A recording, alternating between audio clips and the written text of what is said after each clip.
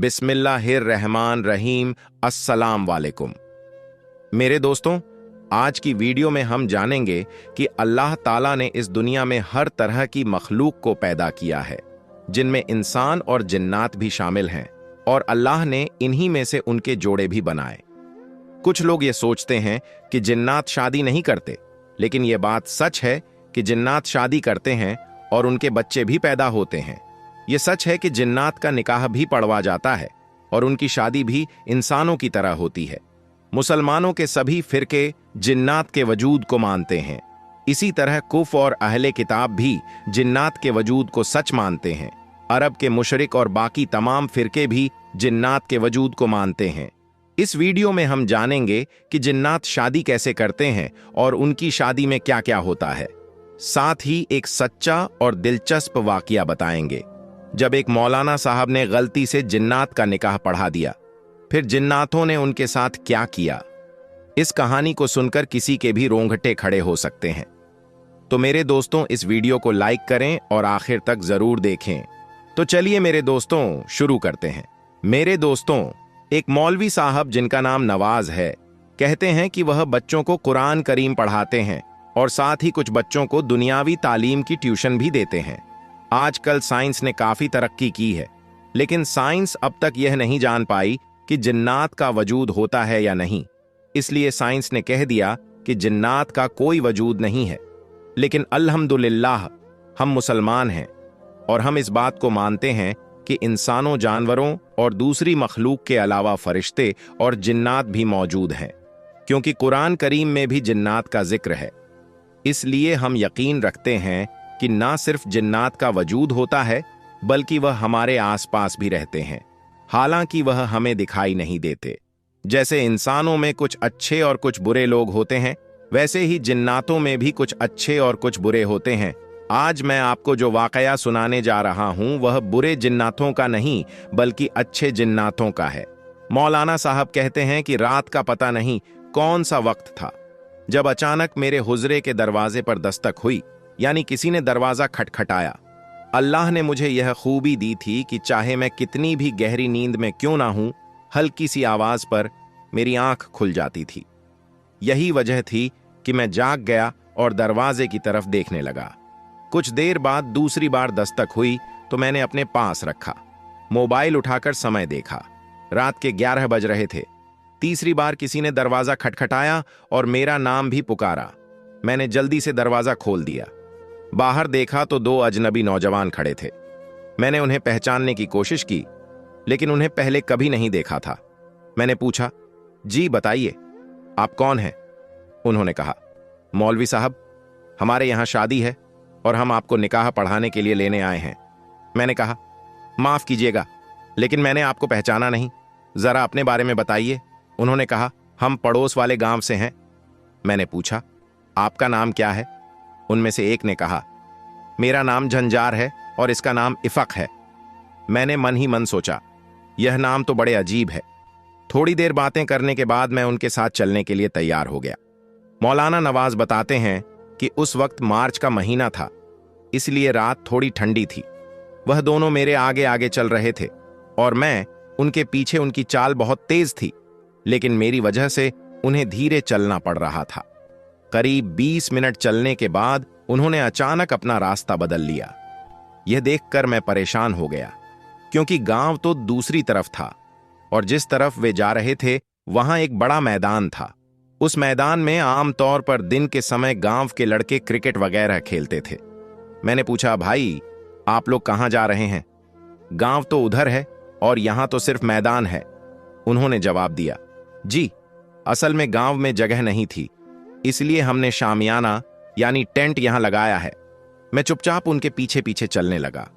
वे दोनों बार बार पीछे मुड़कर मेरी तरफ देखते थे, जैसे यह यकीन करना चाहते हो कि मैं उनके साथ आ रहा हूं या नहीं।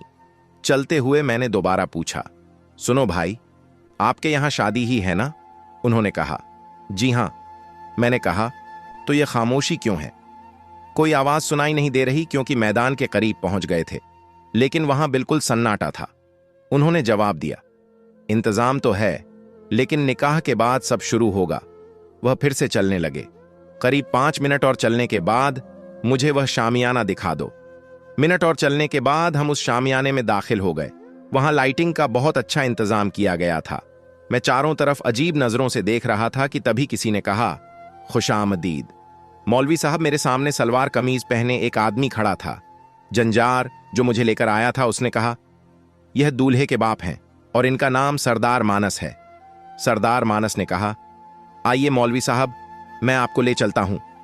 वह आगे आगे चलने लगे और मैं उनके पीछे एक जगह पहुंचकर उन्होंने एक आदमी की तरफ इशारा करते हुए कहा, यह दुल्हन के बाप हैं और इनका नाम शर्म साहब है। मैंने मुस्कुराकर शर्म साहब की तरफ हाथ बढ़ाया। उन्होंने गर्मजोशी से मेरा हाथ पकड़कर हिलाया। मैंने महसूस किया कि उनके हाथ बहुत ज्यादा गर्म थे, लेकिन मैंने इस पर ज्यादा ध्यान नहीं दिया। मैं हैरान था और मेरी हैरानी की वजह यह थी कि उस शामियाने में मैंने अभी तक उस गांव का कोई भी जाना पहचाना चेहरा नहीं देखा था। सब के सब अजनबी थे। मैंने दुल्हन के बाप से कहा, यहां गांव का कोई इंसान दिखाई नहीं दे रहा। क्या बात है? उन्होंने जवाब दिया, बस यही बात आपको परेशान कर रही है। फिर उन्होंने एक लड़के को बुलाया और उससे कुछ कहा। वह लड़का तुरंत वहां से चला गया। थोड़ी देर बाद मैंने गांव के कुछ लोगों को आते हुए देखा। नजर साहब, जिनकी गांव में परचून की दुकान थी, फिर अहमद खान साहब शेर, दिल साहब, गुलाम अली और शाहिद अली। इन सबको देखकर मुझे इत्मीनान हुआ।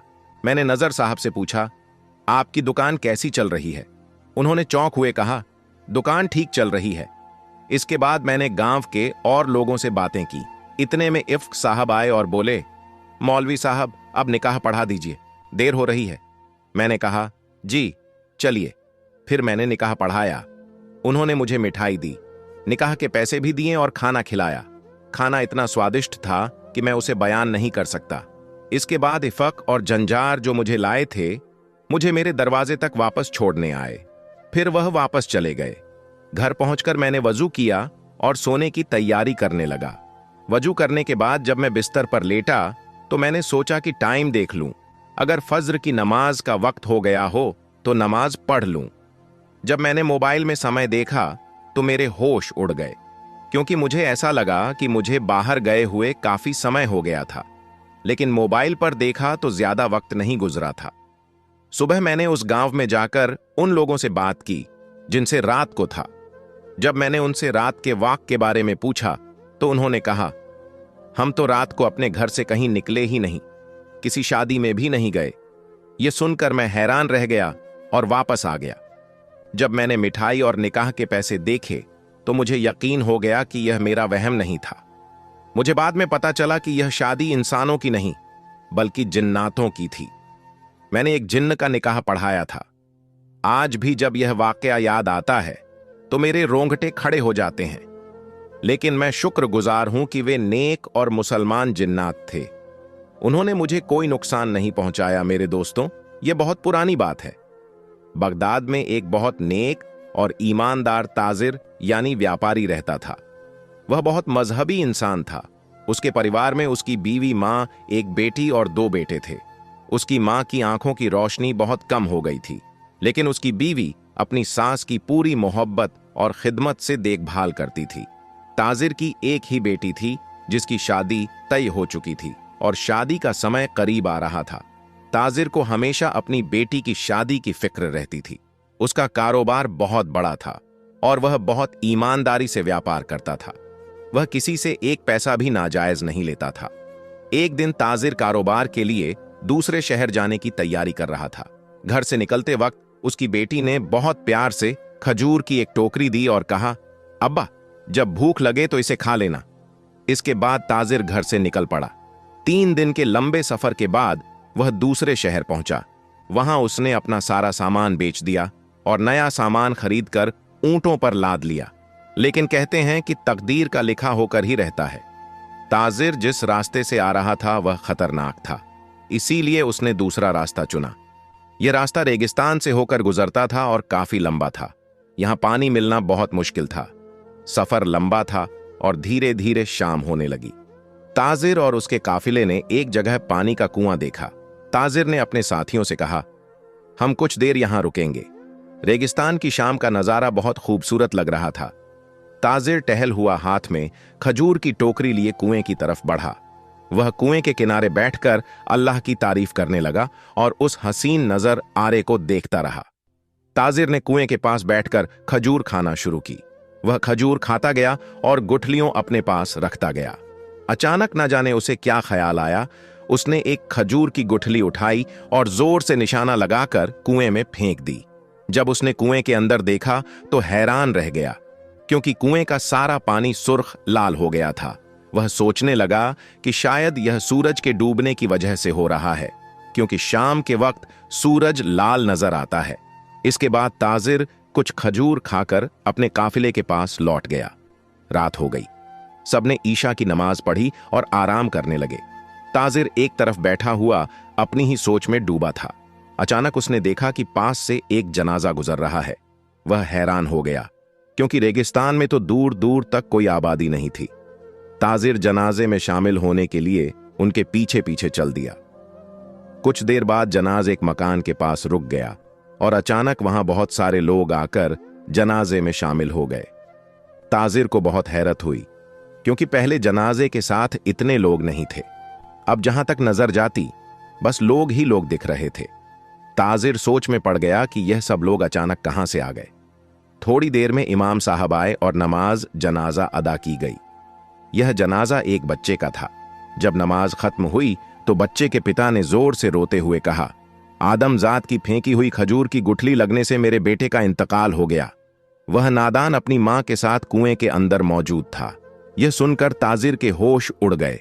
उसे लगा जैसे उसके पैरों तले से जमीन खिसक गई हो। तभी उसके पास खड़े इंसानी शक्ल के जिन्ना गायब हो गए और बच्चे का जनाजा भी गायब हो गया। अब ताजिर के सामने एक नन्न खड़ा था। वन्न गुस्से से ताजिर से बोला, ऐ इंसान, तेरी जैसे मेरे बेटे की मौत हुई है। अब मैं इसका बदला लूंगा। खून के बदले खून चाहिए और अब मैं तेरा बेटा लूंगा। यह सुनकर ताजिर के हाथ पांव कांपने लगे। ताजिर जिन्न की बात सुनकर जोर जोर से रोने लगा और कहने लगा, ए जिन्न, यह गलती मुझसे अनजाने में हुई है। कुएं में मुझे सिर्फ पानी नजर आया, तुम्हारा परिवार तो मुझे दिखा ही नहीं। जिन्न ने कहा, ए इंसान, यह तुम्हारी नजर का पर्दा है कि तुम हमें नहीं देख सकते, लेकिन तुम्हें एहतियात तो करनी चाहिए थी। अब मुझे हर हाल में बदला चाहिए। ताजिर ने बहुत मिन्नतें की, लेकिन जिन्न मानने को तैयार नहीं हुआ। आखिर ताजिर ने कहा, मेरे बेटे की जगह मेरी जान ले लो। जिन्न उसे मारने ही वाला था। तब ताजिर ने कहा, ए जिन्न, मेरे पास लोगों की अमानत है, मुझे थोड़ा वक्त दे दे ताकि मैं वह अमानत वापस कर दूं और अपनी बेटी की शादी कर लूं। उसके बाद तुम मुझे मार देना। जिन्न गुस्से में भर गया। ताजिर ने फिर कहा, अगर तू मुझे मारना ही चाहता है तो मार दे, लेकिन याद रखना, कयामत के दिन जब मुझसे अमानतों भजने 40 दिन की मोहलत देता हूं, 4 दिन शाम को इसी कुएं पर आ जाना, वरना मैं तेरे परिवार में से किसी की भी जान ले लूंगा। ताजिर ने कसम खाई और जिन्न से वादा किया। जिन्न ने उसे जाने दिया। जब ताजिर बदहवास हालत में काफिले में वापस पहुंचा तो काफिले वाले बोले, जनाब, आप कहां चले गए थे? हमने आपको आवाजें दी, लेकिन आप अकेले ही चलते जा रहे थे। ताजिर ने कोई जवाब नहीं दिया और चुपचाप रहा। अगले दिन ताजिर काफिले के साथ अपने शहर की ओर रवाना हो गया। जब वह घर पहुंचा तो जिन्न से वादा की हुए 10 दिन बीत चुके थे। ताजिर अंदर ही अंदर बहुत परेशान था और खून के आंसू रो रहा था। उसने अपने परिवार और मां से गले लगकर बहुत रोया। उसके इस रवैये से घर वाले हैरान थे। वे सोचने लगे, ये पहले भी तिजारत के लिए गया था, लेकिन इस बार इसका हाल ऐसा है जैसे हमसे हमेशा के लिए बिछड़ने वाला हो।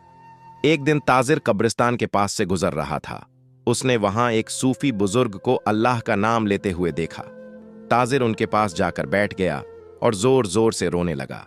सूफी बुजुर्ग ने कहा, बेटा, जिस डर में तू फंसा है उसे अपने दिल से निकाल दे। मौत का खौफ इंसान को जीते जी मार देता है। मौत तो हर इंसान की अटल हकीकत है। मौत एक दिन सबको आनी है। उन्होंने कहा, अपने आसपास कब्रों को देख, यह तुझे सिखाएंगे कि यह दुनिया दिल लगाने की जगह नहीं है। रोने के बजाय अपनी तैयारी कर और उस असली दुनिया के सफर के लिए सामान जुटा ले। ताजिर ने दरवेश से पूछा, बाबा, मैं अपनी मौत के लिए कैसी तैयारी करूं?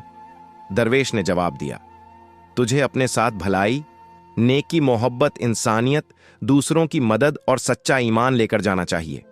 सबसे पहले अपने गुनाहों से तौबा कर ले। अगर तेरे पास किसी की अमानत या कर्ज है तो उसे लौटा दे। अगर तूने किसी का दिल दुखाया है तो माफी मांग ले। और अगर किसी ने तुझ पर जुल्म किया है तो उसे माफ कर दे। अगर तेरे माँ बाप जिंदा हैं तो उनकी खिदमत कर। अगर तेरे बीवी भी तो उनका भी ख्याल रख और अपनी बेटी की शादी कर दे। अगर तू दौलतमंद है तो जकात दे और जरूरतमंदों की मदद कर। पहले अपने घर वालों का हक अदा कर, फिर अपने रिश्तेदारों का और उसके बाद अपने पड़ोसियों और यतीम बेसहारा लोगों की मदद कर। दरवेश ने आखिरी हिदायत दी, अपने दिल के राज अपने परिवार को बता देना। राज कभी मत छुपाना, वरना कब्र में एक दिन खुद ही छुप जाएगा। ताजिर वहां से वापस आया और अपनी बेटी की शादी कर दी। उसने दरवेश की बातों पर अमल किया। जब 40 दिन पूरे होने में सिर्फ 8 दिन बचे थे तो उसने अपनी बीवी और बच्चों को सारा सच बता दिया। उसने जिन्न के बच्चे की मौत का पूरा वाकया सुनाया। यह सुनकर घर में कोहराम मच गया। घर वाले उसे रोकने लगे, लेकिन ताजिर ने कहा, अगर मैं ना गया तो मैंने अपने परवरदिगार की जो कसम खाई है उसका क्या होगा? मुझे जाना ही होगा। ताजिर ने घर वालों से आखिरी बार गले मिलकर विदा ली और 40वें दिन शाम को उस कुएं पर पहुंच गया। ठीक उसी वक्त जिन्न वहां आ गया। ताजिर ने कहा, ऐ जिन्न, मैं 4 दिन शाम को उस कुएं पर पहुंच गया। अपने वादे के मुताबिक यहां आ गया हूं। तेरा शुक्रिया कि तूने मुझे 40 दिन की मोहलत दी। मैंने अपनी जिम्मेदारियां पूरी कर दी, अमानत लौटा दी और अपनी बेटी की शादी भी कर दी। अब मैं अपने अंजाम के लिए तैयार हूं। जिन्न ने ताजिर की बातें सुनी और कहा, ऐ इंसान, तूने अपनी ईमानदारी से अपना वादा पूरा किया। तू चाहता तो भाग सकता था, लेकिन तूने ऐसा नहीं किया। मैं उसी अल्लाह को मानता हूं जिसे तू मानता है। मैं तुझे माफ करता हूं और मेरी सजा से तुझे बरी करता हूं। अब तू अपने घर लौट जा। ताजिर खुशी खुशी अपने घर लौट आया। मेरे दोस्तों, यह कहानी हमें यह सिखाती है कि सच्चाई, ईमानदारी और अपनी जिम्मेदारियों को निभाने से हर मुश्किल हल हो सकती है। अगर यह कहानी आपको पसंद आई हो तो हमें जरूर बताएं और इसे अपने दोस्तों के साथ शेयर करें। तो मेरे दोस्तों, आज की वीडियो में बस इतना ही। हम मिलते हैं फिर किसी नई और अच्छी वीडियो के साथ। तब तक के लिए अस्सलाम अलैकुम। अल्लाह हाफिज।